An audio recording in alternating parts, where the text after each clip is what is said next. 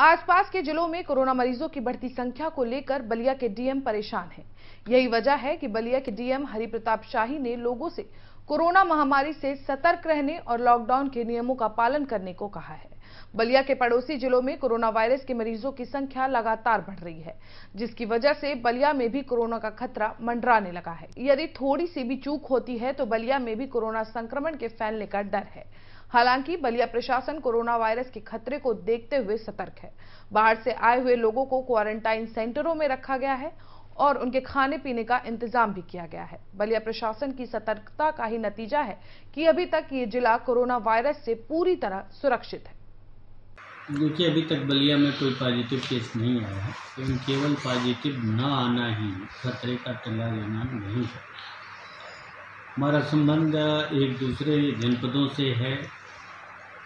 जनपद में किसी न किसी रूप से बाहर से भी लोग आ रहे हैं और बहुत सारी आवश्यक वस्तुओं और दवाओं की सप्लाई के लिए भी लोगों का आवागमन हो रहा है अन्य जनपदों में।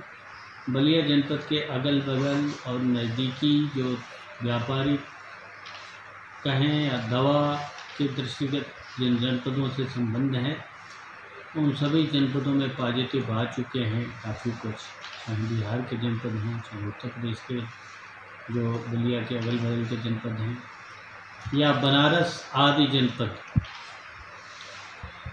जिनसे व्यापारिक संबंध चाहे दवा कराने का संबंध बलिया का बहुत ही अधिक है, शैक्षणिक संबंध भी है।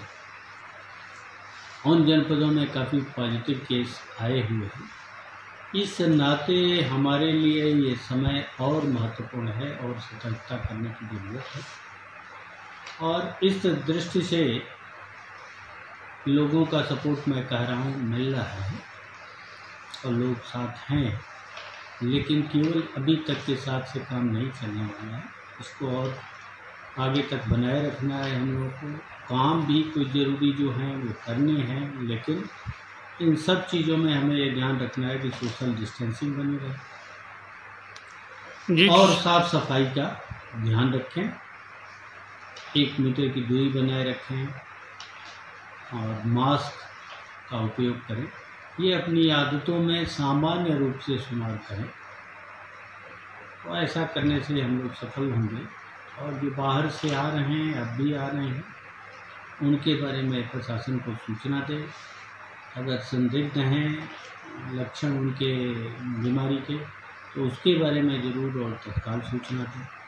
जो बाहर से आ रहे हैं, आपके घरों में भी आ रहे हैं, चाहे वो छात्र के रूप में आ रहे हों, मजदूर के रूप में आ रहे हैं, आपके परिवार के सदस्य होंगे, लेकिन उनको क्वारंटाइन रखें, कम से कम 14 दिन रखें।